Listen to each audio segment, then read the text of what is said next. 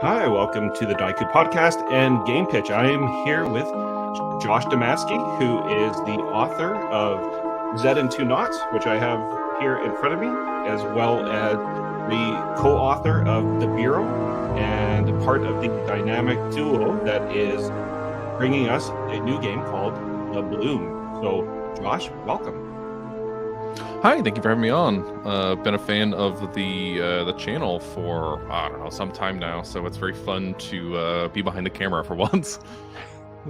Well, I always get very excited by your products. They kind of scratch that itch that I have, especially now in the liminal horror space, which is really gaining like a lot of traction. I know that you guys just did a bit of a jam for it, and I know we'll talk about that in a little bit.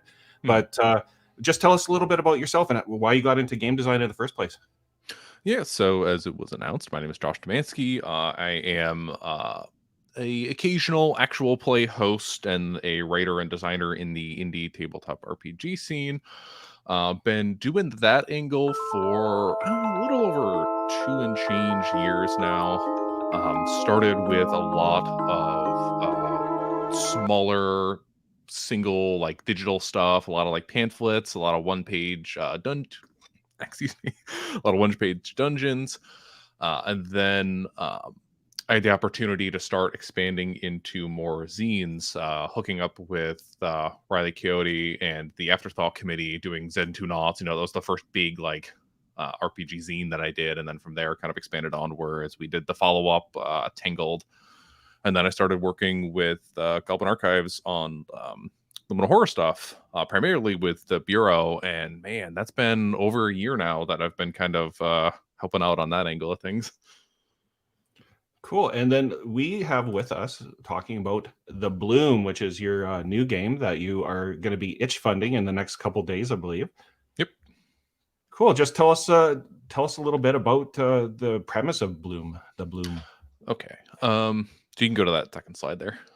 Yes. So The Bloom. This is the next official module for the Liminal Horror RPG. Now, the way we kind of set this up is it's a very loose follow-up to the Bureau, which we'll talk a little bit about later. But coincidentally enough, the Bureau being a was it Daiku Games podcast best of 2022? Yeah, me and Logar, we put together our favorite game products over the last year, and the Bureau was on there. So yeah, congratulations for that, and well deserved. Yeah, it was always exciting to see. But so in the Bureau, we hint at a lot of things going on outside of just like the setting of the Bureau itself. The monolith is one city, and the Bureau itself being sort of this mega dungeon is kind of how I like to describe it. But there's one thing that we talk about, and it's not ever really described in the Bureau, and we're never really going to describe it ever, but it's this incident called the Coldwater Lake incident. And like I said, it's very minor part of the Bureau itself. But what we wanted to do for this next module, this next adventure that we call the Bloom, is go to Coldwater. But again, we don't want to talk about the Coldwater Lake incident because it's not that important. We're going to Coldwater about a year after that happens. So the idea is with the previous two modules, the mall and the Bureau, those have been sort of confined spaces. Like I said, the Bureau is a dungeon for all intents and purposes, and the mall is sort of this, it is a mall, but that's more about dealing with factions and weird stuff going on than necessarily like scoping out each individual room. But with the Bloom, we wanted to open it up and make it a sandbox, give players a little more freedom, let you explore and kind of raise the stakes a little bit. So, like I said, we're going to Coldwater, and Coldwater is this town in the middle of nowhere, effectively. We're loosely saying it's in southern Washington state, but it really doesn't matter. It's just a sort of backwater town that's on the edge of a lake that shares its name. And something is happening. Like I said, we're going the year after this big event, but nobody in the town wants to talk about it. Nobody is going to talk about it to the player characters because it's sort of a shameful thing that happened. So you're living in this town in like the shadow of a dark event a year later. So it's sort of dripping in this, but you never really find out what's going on, and something else is happening. It may or may not be related to that previous incident, but people have gone missing and it's starting to become a thing. And you play through a course of about a week or so as things get progressively worse. Well, I know I mentioned to you earlier before we started, like I'm a big Twin Peaks fan, and when I saw your postcard for Coldwater that you shared on social media, I went, "Oh, that's kind of giving me that vibe." And sure enough, and your touchstones that you mentioned Twin Peaks, and maybe you could just talk about your other inspirations there. Yeah, sure. So it's no secret with Liminal Horror that we like to call on, touchstones and references and tropes and whatnot. The mall it's literally the thing in a 1990 shopping mall, and with the bureau, that was very heavily inspired by the 2019 video game Control by Remedy Entertainment. And there's some other stuff that we like to mix in there. The idea being that we take these classic tropes that people like, that we like specifically, and then kind of twist them and do our own little thing with them in their spaces. So we identified these touchstones, and like I said, these aren't necessarily things that we reference directly within the module. But if somebody wants to get a little bit of better idea of like the aesthetic that we have in mind, or get inspiration of their own, this is a nice list of things that you can look at. The first one being sort of the most important, and I joke around about this a little bit, but for the bureau, we made Control the tabletop RPG. So I was like, hey, let's go and do Alan Wake, the tabletop RPG with Coldwater. So the Bloom sort of takes that similar idea as a basis. It's a town in southern Washington that spooky things are happening to, and then we kind of spin it outwards. But I think a few big ones here. I really like to talk about Wolverine: The Long Night. It's this podcast that Marvel put out. I think they started back in 2018, and they did do a follow up and then spun it into a whole different line. But it's funky because it's superhero as a basis, but Wolverine isn't really like the main character of the podcast. And so it kind of like spirals out of this investigation into some murders that happened in a secluded town in the middle of nowhere with a bunch of weird stuff happening. So it's like, if I could pinpoint one thing to point out, it'd be hey, listen to that podcast. But we also Cool. like to take some inspiration from the tabletop RPG scene as well. Desert Moon of Karth by Joel Hines. I got that right here. That's a big one, primarily because Karth is just a really good sandbox. And the way that they laid out and did the design work in here has been kind of hugely inspirational on my work. And then, I love the work of Chris Bassett. They do a lot of Merkborg type of stuff and have started developing their own game recently. But Feast is a really fun adventure, and that was just me looking at that to kind of figure out a practical application of something very similar to what we're attempting here. Well, there's a long list there of like awesome products and lots of tabletop RPGs and kind of the OSR, new SR kind of style. So let's move on to the team who made this. Yeah, so just wanted to quickly highlight the folks that we've brought in. Myself and Goblin Archives are doing the primary writing here. I'll be doing the layout and design work as well, like I did with the Bureau. We brought in Gabriel Reich is the editor for this.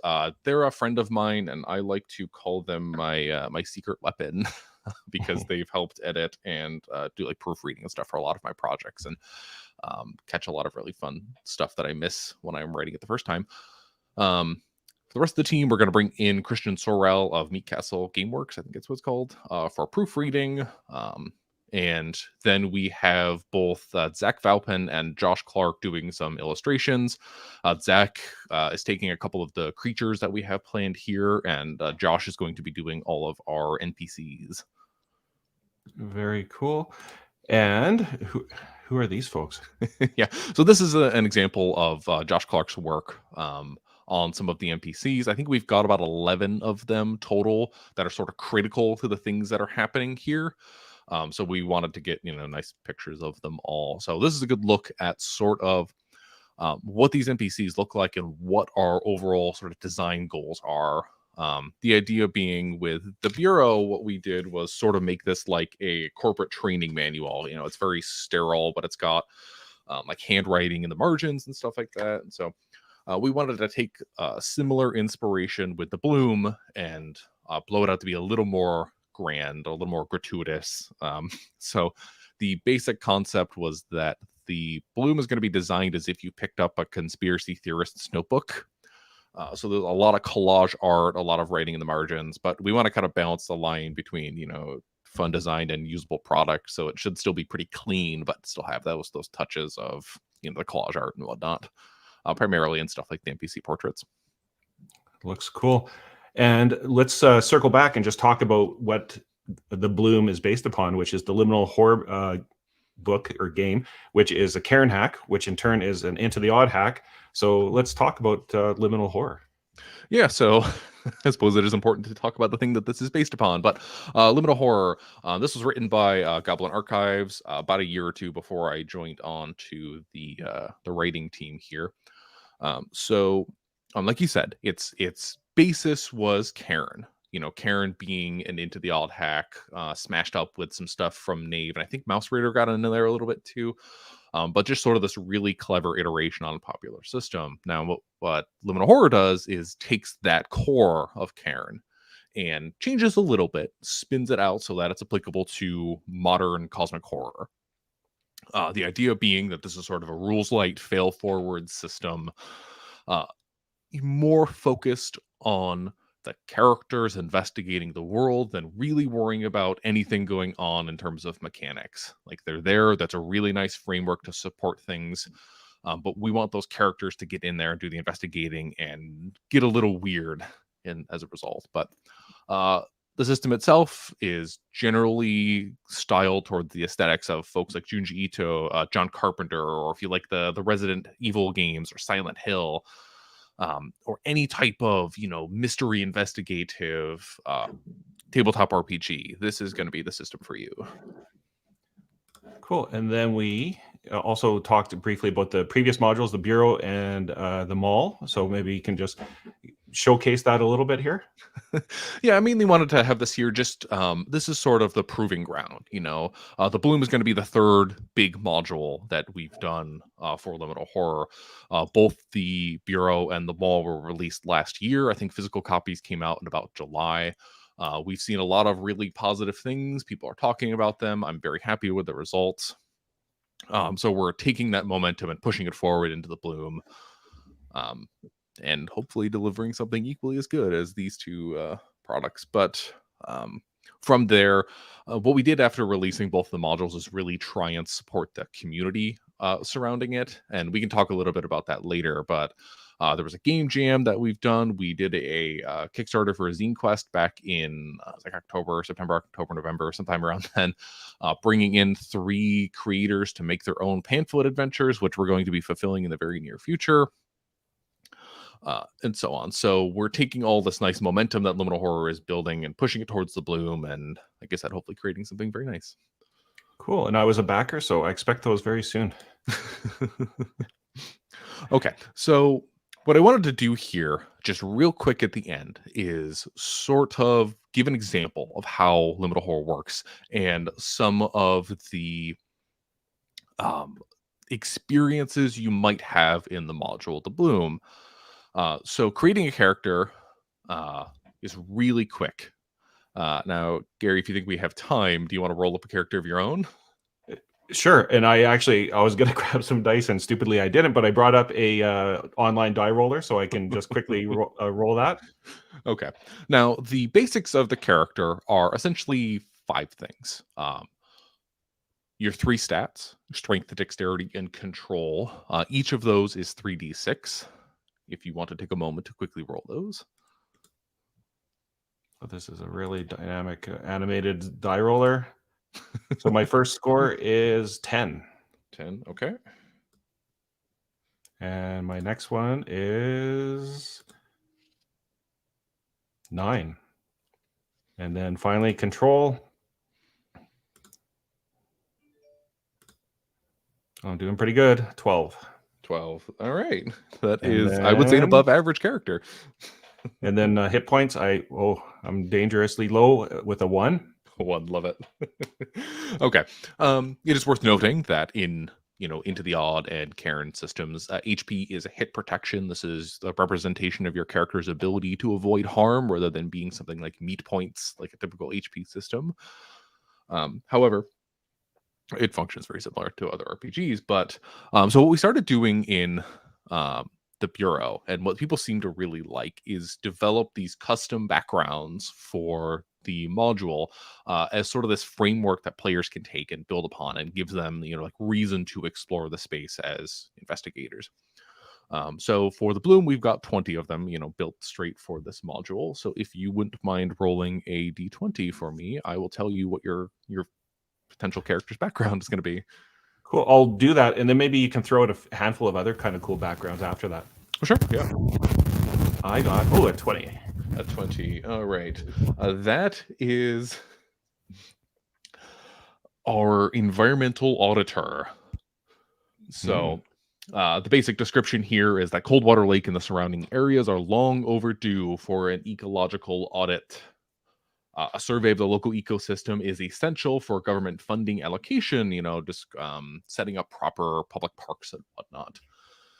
So as part of your environmental auditor background, you gain a map, a sampling kit, and a 3D image scanner.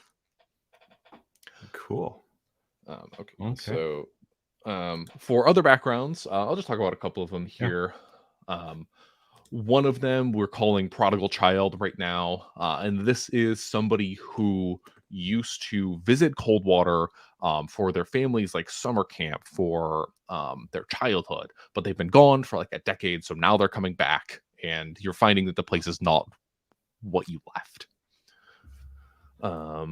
There is another one we're calling Blue Devils right now, and this is a former current musician that was in a band that has gone solo, and it's not really working out for them, so they're stuck playing crappy festivals, and one of them is Coldwater. And then we've got On Call, and this is Coldwater's a small town, so it doesn't have a proper veterinary office. So when a farm animal gets sick, they call on this character you to come in to look at the animals. Now wildlife has been acting strange apparently, so the folks are getting concerned, so they've called you to kind of take a look, maybe look over some of their pets or farm animals just to see if they're still healthy.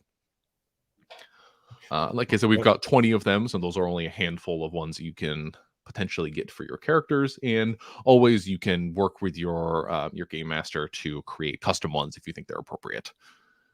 Well, it sounds fun, and then it's probably pretty obvious to a lot of people, but it just throws you in the game, right? And it gives you that nice background that you just like instantly are immersed in the game, and that you kind of feel like you're part of the community and you have a bit of backstory, but it doesn't lock you into anything in particular. Yeah, that's exactly what we wanted to do. We didn't want it to be like a class, like a very hardwired thing that your character does and is good at.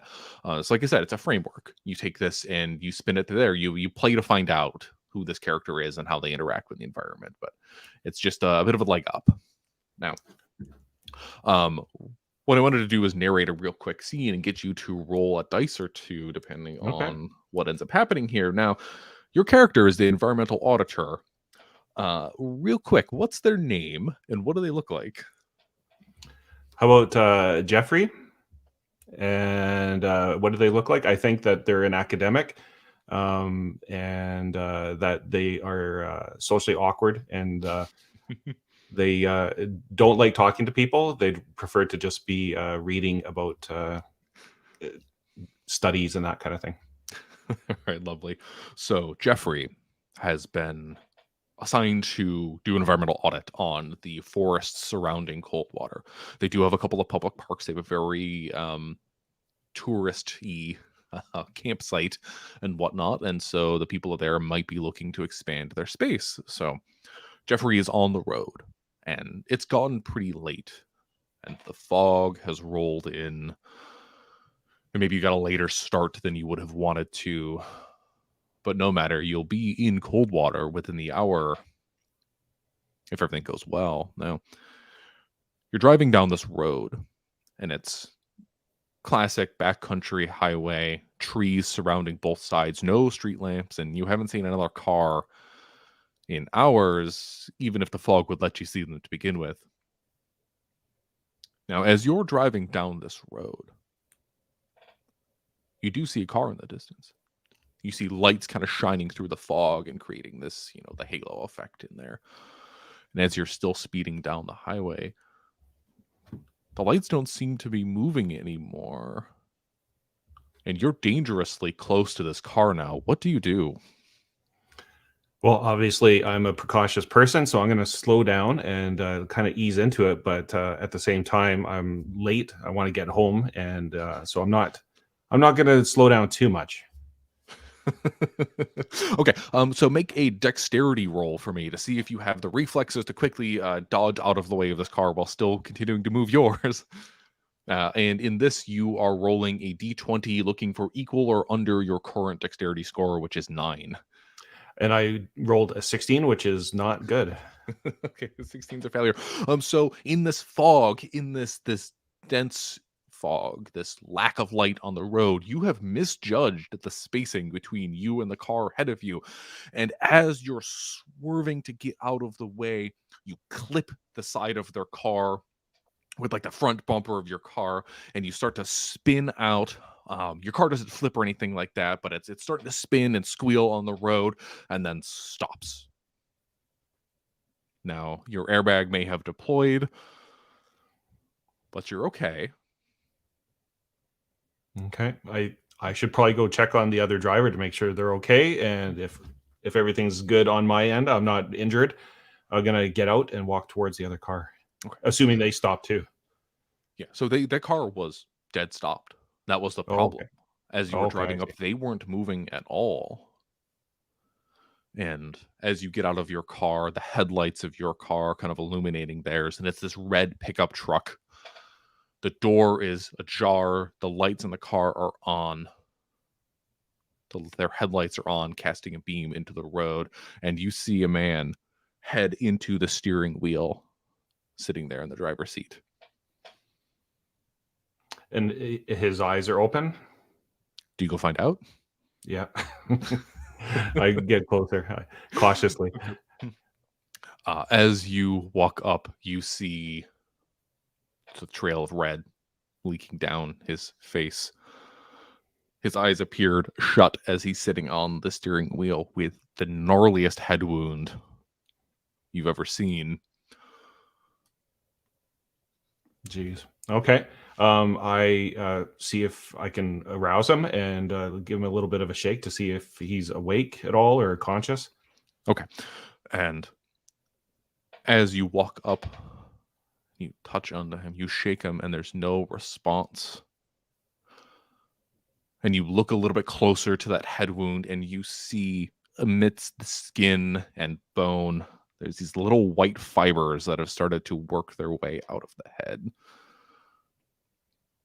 And then you see his eyes snap open. And in a speed you would not have thought possible, he lunges and bites on to Jeffrey. And that's where we'll end this little segment. Well, that's cool. I'll have to pick that up again. I want to know what Jeffrey does with this thing. And giving me Last of Us vibes. It's very mostly coincidental that the Last of Us show is premiering right as we're starting to move into the itch funding of this project.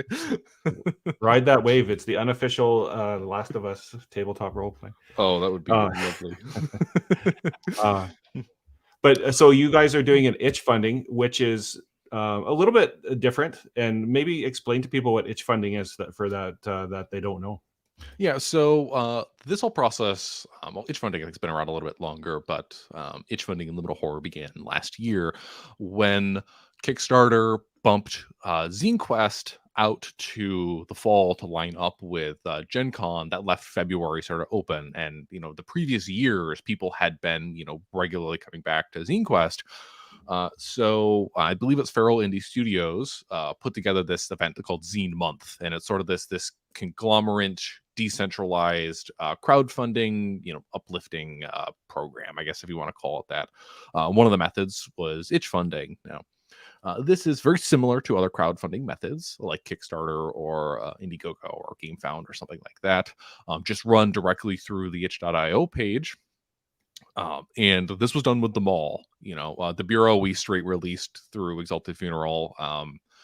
But the mall was, funded and released initially digitally through Itch Funding for Zine Month last year. So we're coming back to do that. And the best way to describe it is sort of slow funding. It's a little less stakes. It's really just if people want to come and support the development, they can come and give us a little bit of money, and you'll get the PDFs for whenever they come out. And we're currently targeting Q2 of this year, hopefully early Q2, but we'll see. So through Itch Funding, you go to the Goblin Archives itch.io page. You'll be able to find the link in a couple of days as of this recording when we launch. And you can go back the project for, I believe it's going to be a reduced cost, but I could be lying. But through that process, you will see us provide regular updates. You'll get access to an early version of our manuscript. We're not completely done, so it's going to be abbreviated, but you can get a basics of what everything's going to be about through that initial manuscript. And then in the following weeks, we'll be providing regular updates with art and layout and the final edited manuscript and so on and so forth until we reach final release later this year. And then there's a lot of other products in the realm of liminal horror. Yes, so we've had a really nice resurgence in resurgence, not resurgence, in the third-party community around liminal horror, in particular with the game jam, which I think is the next slide. However, Ico of the Lost Bay has been putting together these really incredible bundles over the last year or so. And the next one that's coming up in February, I believe it launches February 1st as well, is the Lost Bay's Fear Bundle. Now, this isn't necessarily an official liminal horror bundle, but it is very liminal horror inspired, and it has a number of liminal horror things in there. I wrote one of the adventures that's becoming a big poster. Goblin Archives put this little cutout inventory system in there. We've got a duet pamphlet liminal horror adventure. I think Logan Dean's got their adventure in there as well for liminal horror. And there's a couple other things, like I said, that are sort of system agnostic, but horror related. But go check that out. That pre-orders start in February, and then I think release in March. And I've seen some box openings of the previous bundles, and they're like really cool and really something to behold. So everybody should check those out, because I think it's kind of one of those unique items that you should make sure that's on your radar. And then finally, yes, and the last thing to mention is the Tales from the Void Jam. This was in conjunction originally with our Tales from the Void Kickstarter project, which I mentioned earlier is 3 pamphlet adventures that we will be fulfilling in the next few days. As of this moment, there are 67 different creations for this game jam, and you can find it on itch.io/jam/Tales from the Void. These are all things from liminal horror, and they range from creatures to full adventures to I wrote a conversion for it, and so on and so forth. But there's some really, really good stuff in there, especially if you're a liminal horror fan. And just like aside from this jam, the community around liminal horror is really growing and putting out some cool stuff. And did you kind of foresee that happening, you and Goblin Archives, as far as like all the products you're making and the community surrounding it and the growth of it? It kind of seems like it's taken on a life of its own. We had certainly hoped it would happen. So it's really good to see that people are coming in and, giving the support that we had hoped for. Goblin Archives had been following sort of a model set by Sean McCoy for Mothership, where with the idea being is that after you release a system that you come through and support it. And that support is in multiple means with modules. We got those out pretty quick, all things considered, and then coming in to support the community. Like I know Goblin Archives and I have done free development work for third-party creators that come to us who want help. So just doing these little things to help push people in to do it, to help people get their creations out there. It doesn't even need to be for liminal horror per se, but it is great to see that. So we've had this really nice uptick. It would be really nice to be like the next Mothership, but that might be a little bit lofty goals at the moment. But well, you never know, right? And especially with the OGL fiasco and people looking for new games, this might scratch that itch. And go to that itch.io page and check it out for more information. And I wish you the best of luck with Bloom. It looks like a really fun product, and I think it's going to be a hit.